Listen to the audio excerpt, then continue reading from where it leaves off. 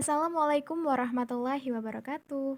Halo teman-teman semuanya. Dari KKN tematik periode 14 kelompok 302 yang beranggotakan Muhammad Zufan Zidan, Risma Ade Cantika Sari, Rina Fauziza, Niska Hidayati, dan yang terakhir Syahrul Ramadan.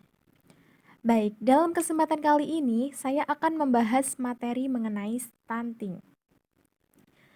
Seperti yang kita ketahui teman-teman, saat ini negara Indonesia menjadi salah satu negara dengan angka stunting tinggi, yakni 30,8% pada akhir tahun 2018.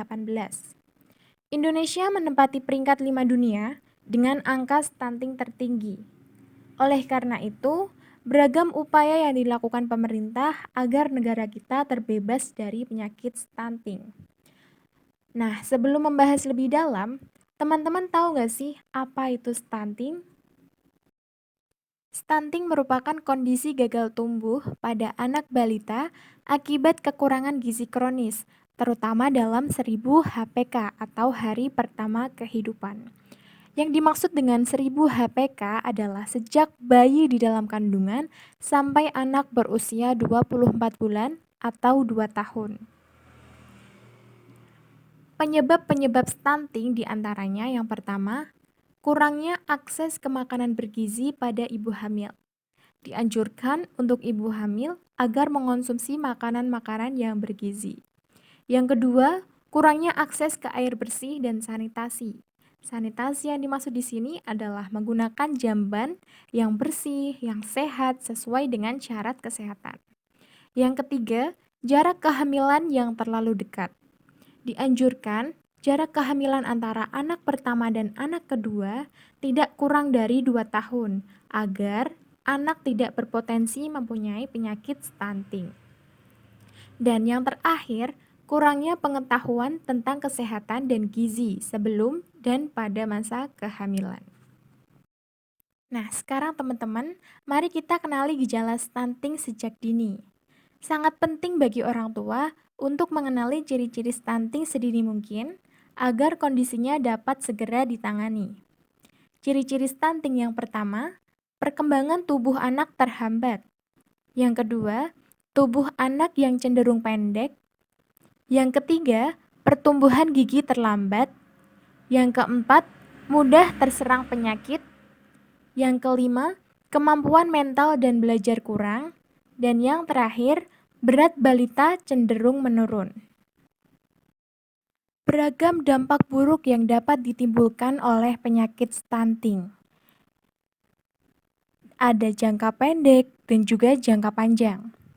Dalam jangka pendek, itu adalah terganggunya perkembangan otak, kecerdasan, gangguan pertumbuhan fisik, dan gangguan metabolisme dalam tubuh. Untuk jangka panjang, akibat buruk yang dapat ditimbulkan itu adalah menurunnya kemampuan kognitif dan prestasi belajar, menurunnya kekebalan tubuh sehingga mudah sakit, dan resiko tinggi untuk munculnya penyakit diabetes, kegemukan, penyakit jantung, dan pembuluh darah, kanker, stroke, dan disabilitas pada usia tua. Eits, teman-teman, tetapi ada beragam cara juga untuk mencegah penyakit stunting. Di antaranya, rutin memeriksa kehamilan untuk ibu hamil.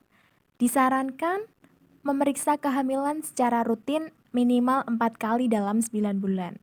Yang kedua, memenuhi kebutuhan gizi saat hamil. Jadi, saat hamil, ibu hamil tidak mengonsumsi untuk dirinya sendiri, melainkan ada janin di dalam perut yang harus dikasih gizi-gizi yang baik. Yang ketiga, memberikan ASI eksklusif umur 0 sampai 6 bulan. Yang keempat, memberikan MPASI yang sehat saat umur 6 bulan. Dan yang terakhir, memberikan imunisasi yang lengkap. Pencegahan stunting dengan sanitasi. Sulitnya akses air bersih dan sanitasi yang buruk juga dapat memicu penyakit stunting pada anak. Sanitasi total berbasis lingkungan atau STBL dicanangkan pemerintah guna mengurangi penyakit stunting. Yang pertama, cuci tangan menggunakan sabun, pengelolaan sampah rumah tangga, berhenti buang air besar sembarangan, pengelolaan limbah cair rumah tangga, dan yang terakhir, pengelolaan air minum dan makanan rumah tangga. Nah, itu tadi pemaparan materi dari kami mengenai stunting, tentang pengertian stunting, ciri-ciri stunting, dampak yang ditimbulkan dari penyakit stunting, dan bagaimana cara mencegah penyakit stunting. Sekian video dari kelompok kami, semoga dapat bermanfaat.